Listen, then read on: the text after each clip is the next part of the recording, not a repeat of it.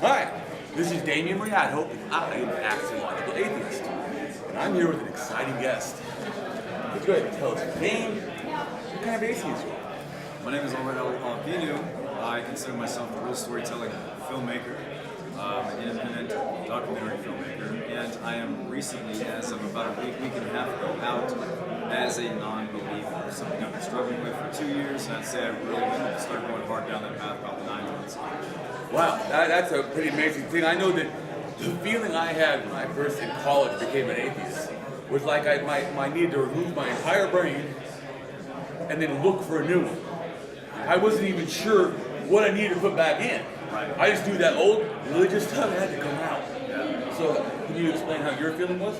It's kind of the same way if you've ever lived your whole life, especially religiously, you now have every aspect of your life impregnated with the ideas of religion.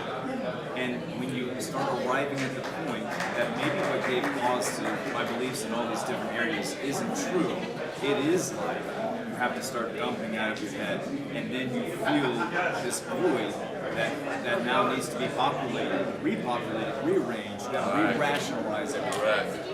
And I don't know, it can be a chaotic experience, but it is adventurous, it is scary, it's all those things, but it's a necessary one if you find yourself arriving at the conclusion that religion isn't true.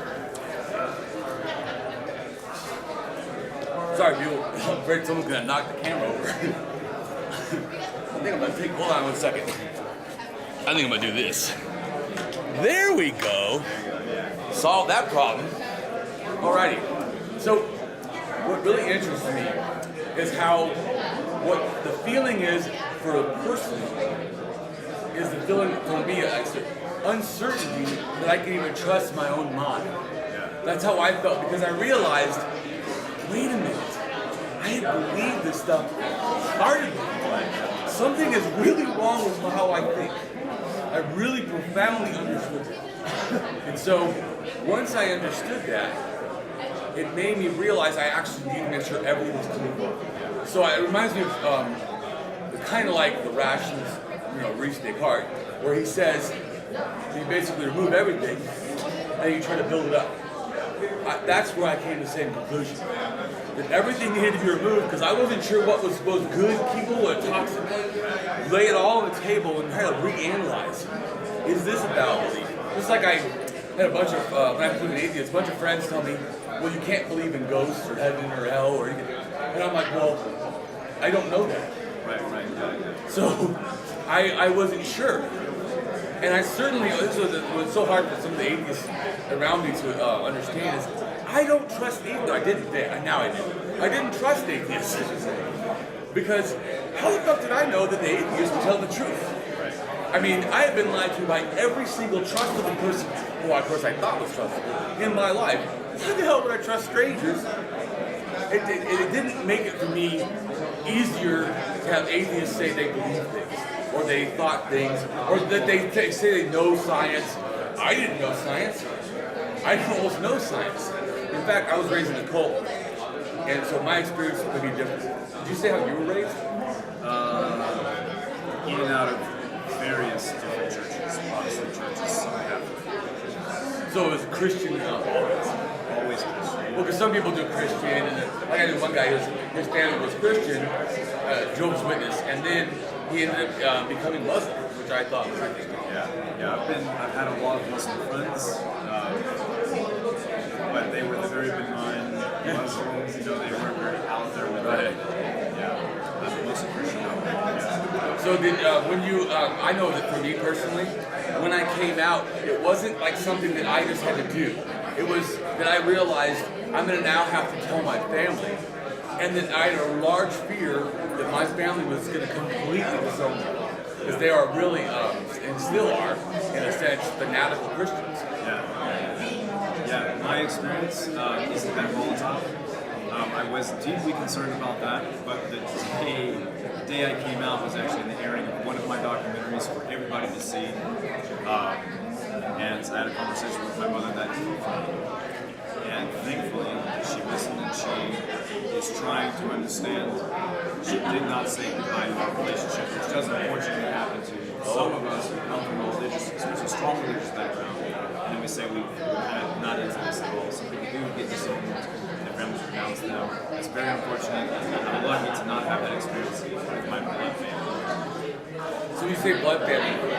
Are you worried about extended family or friends or work? Or is another issue that's causing? Because I know, for me, I was worried about work, and I actually was held back from a promotion in trucking because I openly said I was an atheist. And the guy, and I had 10 years at the time experience, and I already had trained. I think it was 80 people or 85 or something. And they said, and I had quit, and I came back. And they said this one guy had never trained, had like 6 months driving, had not even been through a snowstorm. I already been through a massive amount of snowstorms. They said that he was a more appropriate candidate for the training department to train truck drivers. So the 6-month guy with no snow experience is somehow more qualified than the guy with years, like 10 years, has trained, almost 100 people. It was seriously bizarre, and that's when I knew it was bigotry. And I actually went to one of my managers, like higher up, and he didn't care. And I told him, it's actually a religious freedom issue. And I'm going to go after it if I need to. Because you're saying that I can't be non-religious and be treated fairly. Yeah, so I'm still new to the atheist, non-believing culture and experience. But fortunate or unfortunate as it may be, we humans tend to detect patterns. Yeah. And we tend to think that if we're being persecuted somehow because of our belief, non-belief, etc., we notice a change in all these other areas. We tend to assign the cause as what changed with me, and this thing changed with me, and then we kind of assign that as the cause for everything else around us that's changing. I can't tell you that it's absolutely true that because now that I'm out as a non-believer, some of my friends now have given me the cold shoulder as I come from a religious background, I did filmmaking in that religious background until recently. But that's what my mind tells me. My mind tells me that now relationships that were once close, which are now distant or more distant, is the result of my statement that I no longer believe or subscribe to what my tribe subscribes to. Right. And what I try to say is to people that I'm a atheist, anti-theist, anti-religionist. I'm a firebrand, but I'm also a humanist. And so I'm a humanist. I see the value of caring about others. So I'm not a bigot. I have friends that are religious. I don't attack people for having a belief. I only address and attack beliefs when they're offered to me as real, or they're offered to me in a question like, what do you think of this? Well, I'm going to give you an answer. So it's not, and I also have a right to my freedom of speech ideas. Right, and they should also be all too willing to have that conversation with you, to give defense for their faith, which is, by the way, what Christianity, faith requires, to be able to have a defense for it. And hence call it apologetics. And then the other thing I would tell is, all new atheists, get involved. You are going to lose a lot of your old friends, but I have good news for you. You're going to gain thousands of friends who are atheists and like you for being here. And I think if you're a believer considering coming out as a non-believer, what you're not expecting is that if you get involved with the non-believing community, you might find out a lot, or even most, as I'm finding out, were once believers of some kind themselves. So whereas you think this might be a chaotic experience, one in which you're going to end up entirely alone, isolated, scared, this sort of thing, which was my experience, the reality of the situation is, get involved with the non-believing community, you're going to find out they were all right where you are. Most of them were right where you are. And they were feeling the same things. But there is a community. We have compassion.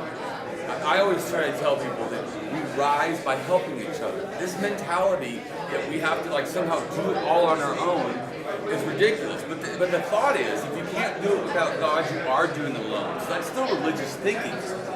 And they've hijacked you to make you feel ashamed to connect with other people of non-belief. And so what actually they've done is they've added their little mental virus into your head, and even after an atheist, people still contain it. That's why I was saying I scrubbed my brain. I took it all out. I just felt, you know what, maybe I gotta know what reality is. Let's just start there. And then everything I put back has to be known to be true. And anything I can't, then I'll just leave it not there. And that's where I'm at. I'm still in this scrubbing phase. You know, It's hard, dude. Especially if you come from a religious background, you might be a bigot. Yeah, You might be I wasn't misogynistic. I would say I was homophobic. Yeah. And I was to some degree everything that your modern evangelical Christianity promotes. I was that to some degree. But then you come out of it and you gotta start scrubbing because you're like, damn, maybe I don't know anything. It's a camera. That's but you start thinking, wow, what areas do I gotta scrub my life? What ideas do I need to get out? So that's where I'm still in that space. I'm still in a space where I'm rearranging everything that I'm thinking about. And I think for me, it is kind of fairly easy once I recognize those things to be able to scrub. But you often just don't think about how extensive those ideas are. So I guess my main challenge right now is being open to how extensive and pervasive those poisonous ideas from religion affect my life.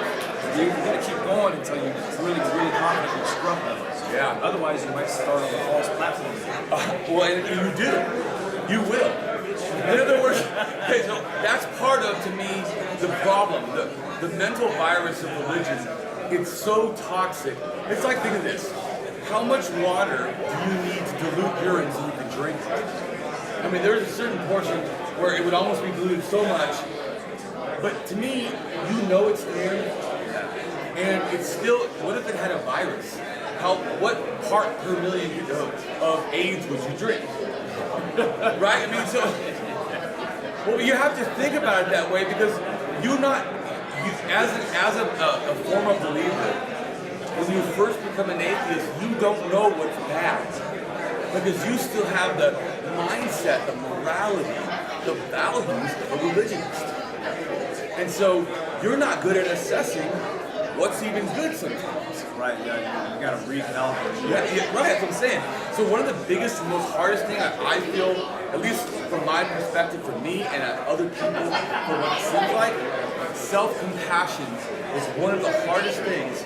Because the problem is, religion told us we had no right to care about ourselves, only to care about God and beg for His mercy. And that kind of thing actually is so toxic because it makes us not love the one person that at least we should love and be loved by us. That one friend that we can trust, us. But we don't. Religion's virus gets in there and it says, you're not good enough. Like always says, give the glory to God. Well, that means you don't deserve it. Right. That means you're not. So you're so used to doing that in a sense you forget that was never okay. And I can't tell you how many times as a filmmaker in Christianity, the hard work that I put in, the effort that I put in, the time that I put in, my own money that I put in, credit was first given to God, and then maybe I got some credit myself. So you see, you already hear what I'm saying. Yeah. I was aware of it. Oh, okay. I'm like, come on, guys, man, I sacrificed everything. But I'm just saying, I'm saying because of that vacuum, what it does, we don't know how to do self-compassion. So a lot of us are not helpful to ourselves. Eventually, a lot of non-believers or atheists, eventually, for a couple of years, you start to kind of do that. But the hardest part is the beginning. This is also where it's well, how can someone go back to being an atheist? Well, if all of a sudden you felt worthless again inside, you felt like there's no way to stop being worthless. And yet this old idea, this also reminds me of when people say, well, I like the idea. What they like I'm saying, is this thing where they feel like they have pseudo-compassion.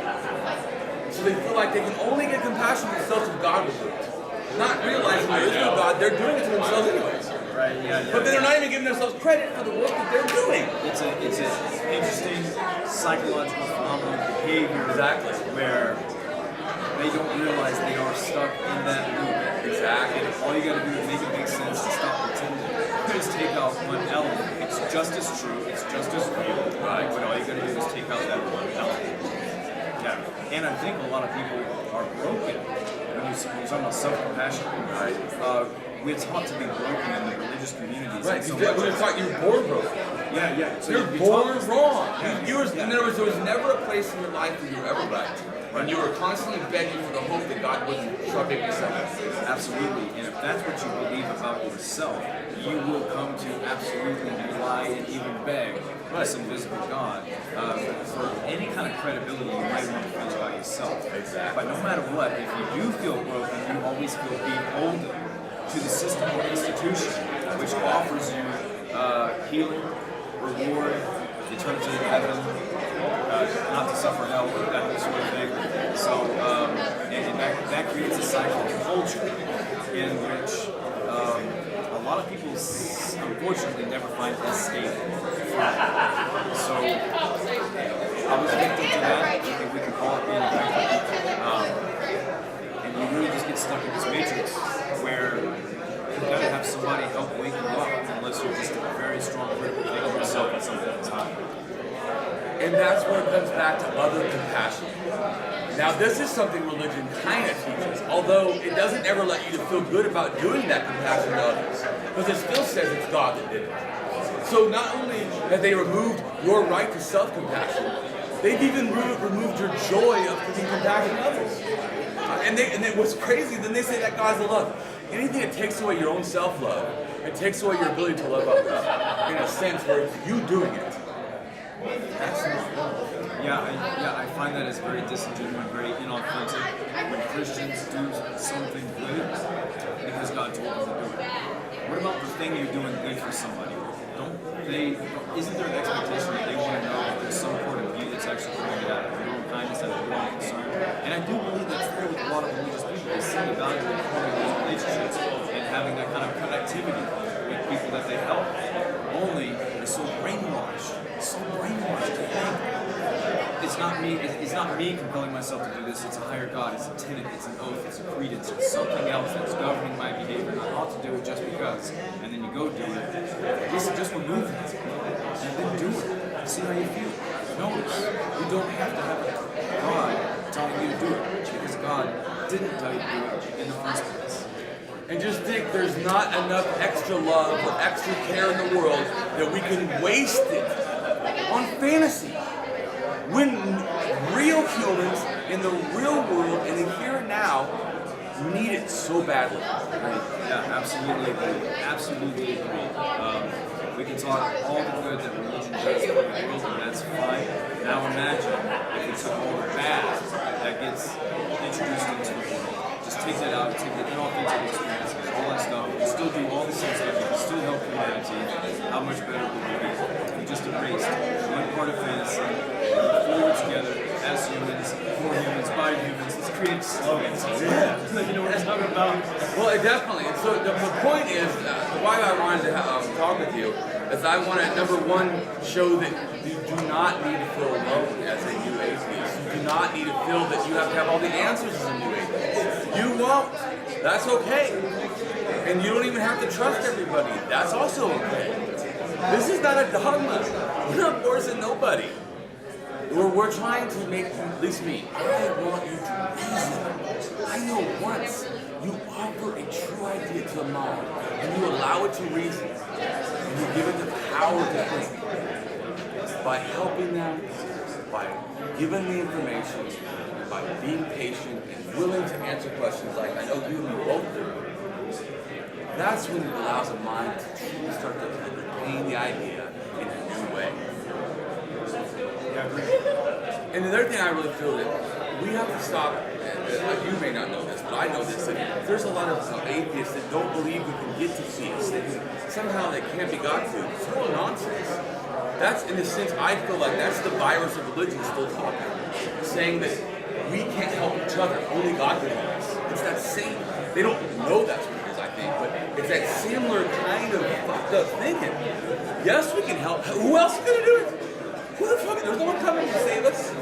And even if there was, do you believe in Jesus? 2,000 years and never saved you. Do you really think that's a loving God? Seriously. In fact, he said in the Bible, Jesus is supposedly quoted as saying, he said, that the people that saw him were not going to perish before he came back.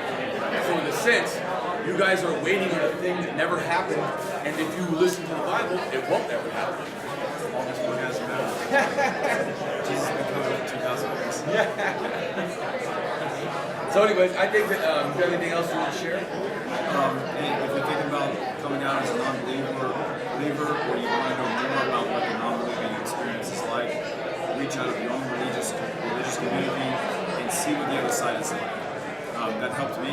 It led to me being here at a convention when I'm freshly out as a non-believer. And how was your response to it? So when the person watching, how do you feel? I don't know. How do you feel you're treated at a convention? What's your thoughts? The way I'm treated is perfectly fine. Because, and that's important to know, because without knowing what the non-believing community is like, what the atheist community is like, you might be speculating anything. Oh, they're a bunch of like fire-breathing, jumping jack, God-hating. You can just come up with anything. But it's important to know that here at this convention, people are all they're talking about the idea and value of humanity. Why is that important? It's important because that's what we all actually value. Exactly. Only sometimes we have bad ideas introduced into, what is a fabricated reality that religion often gives us. But here, people agree. For me at least, I find that this community is much more educated and willing to talk about ideas in a logical, rational way, which is kind of the only way to talk about it. And religious persons get the same rhetoric over and over, and it's a religious rhetoric that is often devoid of logic, seriously. And often it's devoid of humanism. In fact, I talked to this apologetics school. I don't know if you know apologetics is where Christians basically teach other Christians to go to sense to defend the faith. Okay, so I talked to apologetics school in England, and I talked to 8 different people, one after another, for 3 hours. But the funny thing was, this one person, they were trying to tell me that somehow the sexual slavery of your daughter that was in the Bible was actually ethical. I mean, I was like, well, you can explain that. And then he's like, well, I mean, because just understand that it makes it acceptable. If I was poor today, it would be okay for me to sell my daughter. And I was like, you disgust me. That's what I said to him on the video. You disgust me because I can't believe you're that immoral. The fact that you could say, you could tell me that today, that he would sell his daughter into sexual slavery if he was poor, as if somehow he owns the property of his daughter's being. This, to me, is vile. And anyone who can't see that must be being blinded by religion. Just think of a Muslim. Just think, because that's a Christian defending the Bible. But what if it was the Quran? Just remove who said it. Let's just say Muhammad said that you can sell your daughter into sexual slavery. Would that Christian defend it the way he did? No. So it wasn't about what happened. It wasn't about ethics. It was simply about blind faith. Whatever that book says, some fanatical Christians read it literally, and they would actually literally do that toxic, hateful, vile shit. Well, it's been fun. Go ahead and say all your stuff, where it's at. Hey, Arael, Avinu. You say a little slower, so your name's a little unique. So spell it out too. Arael, so I'm Arael Avinu. That's Arael Aviinu. And you can find me at univamedia.com, univa media.com/activism. Right on. Good job, man. I appreciate it. Thanks.